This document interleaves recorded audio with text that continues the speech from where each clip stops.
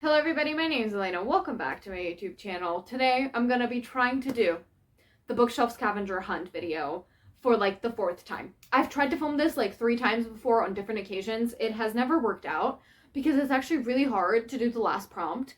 And if it doesn't work out this time, I'm just gonna think of something else. I'm gonna be completely honest with you, I'm gonna think of something else. Basically, what it is you have prompts and it's like, well, who would have thought, like a scavenger hunt. And you go book by book, and then the final prompt, you get to pick a book from your physical TBR, and then we read that book, and it's a spoiler-free reading vlog for you to watch. So that's a fun way to get some books off my physical TBR, because that's a goal of mine this year. I feel like we should just get into it, because there is also going to be a vlog, hopefully, in this video, so this part shouldn't be too long. First prompt is pick a book you gave 5 stars, and then find another book you'd recommend to people who liked that book.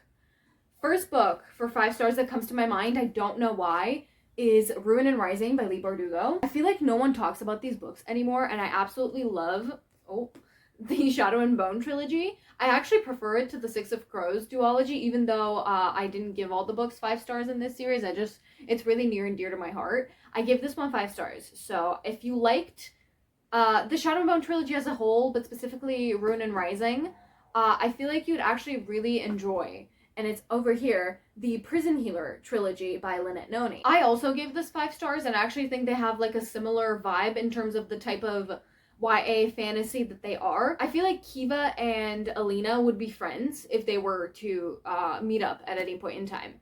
So I would recommend this if you liked the Shadow and Bone trilogy. I feel like you should give this one a go. And then the second prompt is count the number of letters in the title and pick a random spot on your shelf and pick that number book. So, the Prison Hero, 1, 2, 3, 4, 5, 6, 7, 8, 9, 10, 11, 12, 13, 14, 15. Okay, I'm gonna pick this shelf. So, you have to pick the 15th book over here. One is missing. It's because I just filmed my wrap-up, but we will count that one as well. It's the Things We Left Behind. Okay, so we have 1, 2, 3, 4, 5, 6, 7, 8, 9, 10, 11, 12, 13, 14, 15. Was 15 the number? I don't know. I think it was. Hopeless by Elsie Silver. I also really enjoyed this book. I know a lot of people didn't. I did. Find a book with similar elements on the cover. Okay, so I could just cheat and go for the Chestnut Springs series, like another book. I won't do that. I'll try to do something else. And if I can't, I will just slightly cheat. I'm sorry. So there's roses, some, are they called dog tags? I know people from the military wear them, right? And that's it. And it's green. However, elements, I feel like it should be like roses and like a necklace or something, and the necklace forms a heart. I never noticed that. That's so cute. Okay, I feel like I can find something with roses on it and like something that resembles a necklace. I know this doesn't really fit, but there's like green roses on it, and it's like literally the same type of green roses on this book, and it's right next to me because again I just filmed my wrap up. These Infinite Threads by Tahara Mafi. There we go. Next prompt: reverse the page count and find a book with a similar page number. Reverse the page. Oh, okay. 402. So I need to find a book that's roughly 204 pages. That's pretty short. I don't know if I have anything. The closest I can get to a book with 204 pages is this book, which is the If We Never Meet Again by Anna Huang book. I think it's the first one. Yeah, it is the first one. It's 275 pages. I know it's not close to 204, but I honestly don't have anything except for like classics. I'm not picking a classic. Why, you may ask? Because the next prompt, I remember. Because I did this in one of the videos that I scrapped. I picked a classic, and then the next prompt is, find a book with similar tropes to the one that you just picked. So, yeah, can't pick a classic. So, this one is enemies to lovers and kind of found family. They're studying abroad type of thing.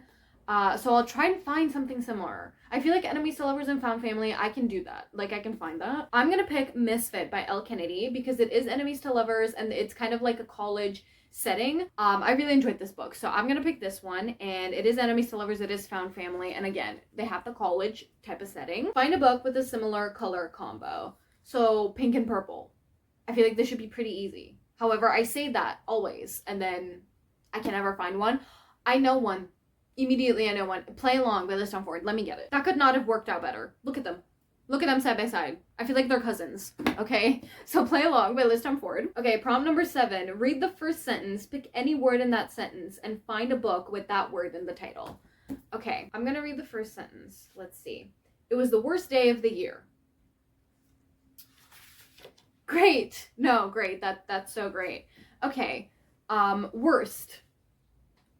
I don't think I have any book that starts with worst, or doesn't start with worst, but it has the word worst in the title. It turns out I do not have a book with any of these words. I don't have a book with worst day or year in the title, and I feel like picking it's and the kind of boring. So, okay, are you fucking kidding? The next sentence is, it's the worst day of every year. Every.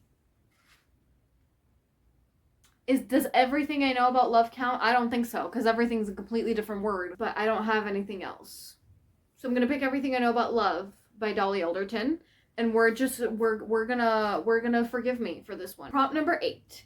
Go to the acknowledgements, find a name, and find a book with that author's name. Okay, I feel like this one should be pretty easy. Let me find the acknowledgements. Marianne, Elizabeth, no. Sarah. I do have Sarah. I have Sarah Adams. There's a lot of names in the acknowledgements of this book. Oh, Hannah McKay. Oh my god, let's do that one. Because I love me Hannah Witten. This is For the Wolf. Go read this book if you haven't. By the way, it's a duology. It's really good. I'm just plugging it because I absolutely adore this book. We're going to pick this one for our next prompt, which is find a book with a similar looking cover. Okay, so like a mountain, some trees, and a hooded girl on it. Could I cheat and pick For the Throne, which is the second book? Yes. Am I going to? Maybe. I don't know. I'll see. I absolutely do not have to cheat because look at these covers. Look at them. They have like literally the same vibe, and they're both gothic fantasies. Okay, I'm gonna pick Two Twisted Crowns by Rachel Gillick, and if I'm not mistaken, I feel like this is the last prompt that's gonna get us a book to read. Yes, it is. Okay, add your birth month, day, and day together. Turn to that page and find a book with the first word in the title. Okay, so I'm born August 5th. I need to go to page 13. Okay, and let's hope it's the beginning of a chapter. Okay, let's hope that the first word that this sentence starts with is an actual word that's in a book that I have on my TBR. Okay. We're not doing that one. We're not. Prince. If I had The Cruel Prince still on my TBR, that would have been good, but I don't think I have another book with Prince on it. Let me get my TBR in frame, okay? Sorry, there's a lot of books around me right now. I don't know how much of it you can see. I feel like it's also really close to the camera, but I don't have anything with Prince on here. So this is going very well for me. Thank you for asking. Road, like writing something. I don't have that either. I know I don't have that. Clearly, I can't find anything for the last prompt, so I'm just gonna make up my own. And if you're doing this and you're struggling, feel free to use it. I don't know. I'm gonna go with a book that has the same amount of words in the title as this one. So Two Twisted Crowns, 3 words. I feel like I can do that. Let's see. So we have See You Yesterday. That's already a contender. See You Yesterday by Rachel Lynn Solomon. I then have The Final Empire, which is 3 letters. I don't really want to do that one because it's going to be starting a new series. I really want to read this one, Call Down the Hawk, by Maggie Stiefvater, because I really like the Raven voice, but that's 4 words in the title, so we're not going to do that one. Blade Breaker doesn't work, or Round Breaker. The Toll doesn't work. Is it finally time? Is it finally time for me to read For the Throne by Hannah Witten? I actually really want to do this one. I feel like that's it. I don't really have any other books. I mean, I have classics. I'm not reading the classics. Oh my god, this is actually a successful book scavenger hunt. At least with, like a little bit of cheating. We're gonna be reading For the Throne by Hannah Witten. This is the second book in the, Weatherwood duology, so obviously it's gonna be spoiler-free, but also it's the second book, so I kind of have to make it spoiler-free. We're gonna be reading this one. Okay, that's fun. I've finally started reading For the Throne by Hannah Witten, and I realized that I actually never told you what the series is about. It's a completed duology. I'm sorry, I'm looking down because Mimi's playing with her stick while she's on my lap. She's being really cute. Mimi. Hi. She's being really cute right now. Anyways, it's a finished duology, and it's gothic, kind of dark fantasy. The first book is For the Wolf. It's basically in this world, they have twins. The first daughter is for the throne, the second daughter is for the wolf, and what For the Wolf means is basically they sacrifice the second daughter to a wolf that they think is in the woods in order for that wolf or whatever to release their 5 kings, which is basically like their gods of their world and stuff. So they've been doing this for like centuries, right? And this time around, there's Red, which is our second daughter, which is the main character of the first book, and we have Neve, which is the first daughter. And primarily, the second book is about Neve. What I really loved about the first book was the writing. The writing is phenomenal, and from the 83 pages that I read yesterday, the writing is still phenomenal in the second book as well. I mean, I wasn't doubting it, but I'm glad that it is. There's always like a little sliver of a doubt in the back of my mind. I'm like, but is the sequel gonna be as good? I think it is. I think it is. I don't know if it's gonna be 5 stars. It's still too early to tell, but I'm really enjoying it. In the first book, they send out Red to go to the forest and meet with the wolf or whatever and be sacrificed, and things obviously don't go as planned, because people realize that they've been lied to their whole lives. So there's that thing going on. But don't go into it thinking that it's like really plot heavy and action based. It's not. It's very much character based, character exploration, moody type of writing, which is probably not a good idea for me to be reading For the Throne right now, considering they're very much like dark wintry books. But I am reading it right now because I want to. I'll be back when I have another update, but from the 83 pages that I read, I'm really enjoying it. You being so cute and sleepy right now because you just took a walk. Oh, big sigh. Because your life is so hard. Oh my god. Isn't she the cutest thing ever? I know, I agree. Please excuse the state of me, but it has been a really long time.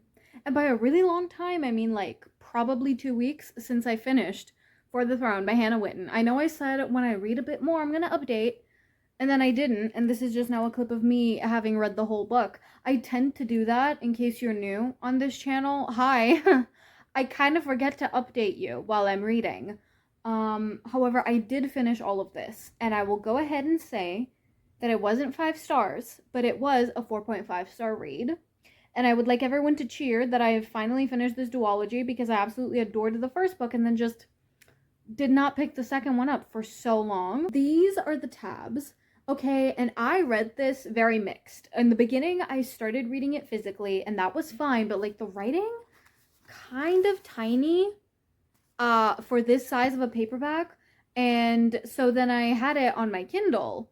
And then I also downloaded the audiobook, and then I just listened to the audiobook while I read on my Kindle and passed my annotations onto the physical copy. So every which way that I could read this book, I did. And I will say I like the audiobook, and I mean, I don't really know what else to say about the physical and the ebook. So what did I really like about this book? I like how this book built on what happened in the previous book. I like how the world was a little bit more expanded. And don't get me wrong, it's not one of those books where like everything's explained and everything has a reason why that happened or a reason why this happened, and you get all the answers. This is not the type of book that gives you all the answers. So I feel like if you don't like that, I wouldn't say it's an open ending, but it leaves a lot of things, I guess, that would seem unfinished. I don't think it's unfinished. I think it was finished beautifully, and I love the ending, and I love the meaning behind the ending, and I feel like it's perfect for what the book is. Just don't expect it to be like neatly tied up in a little bow right at the end, because it's not. I don't know if I would say it has a happy ending. However, it has a hopeful ending. And that's all I'm going to say about it, because otherwise I would be spoiling it, and that's not the purpose of this video. As you can see, I do have a lot of tabs, so we have a lot to talk about. I'm not going to be reading out things that are spoilers, maybe just some out of context things, and then just quotes that literally don't spoil anything at all. I do think this book is a lot funnier than the first book is, just purely because of the dynamic between Neve and another one of the characters, which I can't name. So it is a lot funnier than the first book. I didn't think I would be using the funny tabs a lot, however I did. Considering I only used it once in For the Wolf, and I have like 7 of them in this book, I think that's a win. And I also would like to say that this series is very much character driven. It does have plot, but it's very slow going, and it's more about the characters, and at its core it's just a story about 2 sisters. So Yes, there's romance. Yes, there's plot and action. Yes, they are in the background. Mimi has relocated. I will take that as a sign that I'm being very loud. However, that's the level of enthusiasm that this book deserves, which I'm also coincidentally matching. Again, no spoilers. You think love is so difficult, such a fraud thing, but sometimes it can be simple, even when everything around it is not. Simple quote, but dare I say, tugged at my heartstrings. Yeah, it did. It did. One thing I love about Hannah Witten is how she describes things. And there was a moment, actually, there were several moments in the first book as well. One part that sticks out, it was a quote about grief. I'll put it up on the screen as a screenshot. It was a quote about grief, and she compared it to pebbles in your shoes or something like that. And it quite literally changed my life. He didn't sound sorrowful, not really, but there was a finality in his tone and a sense of emptiness. The difference between knowing something was gone and feeling its absence when you reached for it.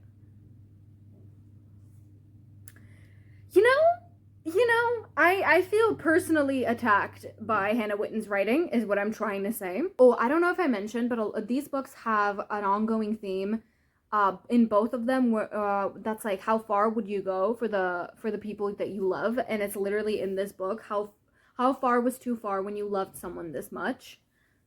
Yeah. Some people are good, she murmured quietly. She thought of Rafe, steady and sure and kind, of Red, who would probably never think of herself as such a way, but who loved so fiercely, so intensely, that she was willing to walk into the wilder wood in order to keep everyone safe. I'll admit that I haven't met many of them, but I have to believe that most people, are good. I don't know if this quote hit because of the context that it was in. You'll have to tell me, because I will be reading it without context. You don't need a compass when you yourself are a map. That was a banger, and I have it written down. What a banger. Yeah, because it is. I'm gonna give you a little bit of context for this, but it's not spoilery. Basically, Neva's been dealing with a lot of things, and she keeps putting them off for later and just not thinking about them and procrastinating dealing with those things. They all swirled in her head now, unfettered by the ways she'd lashed them down, always saying she'd deal with them later. Later was now, and the way the oracle had delved into her head made all those buried feelings impossible to catch, like trying to cup river in her hands, like lying at the bottom of a grave and trying to swallow all the dirt. Again, with the comparisons, it's so good. I don't know how she does it, but it's like, I need to compare this feeling to something, and then she hits it on the nose. Nail in the head. It's so good. This quote, I've written in the margins, I'm gagged by how this is written.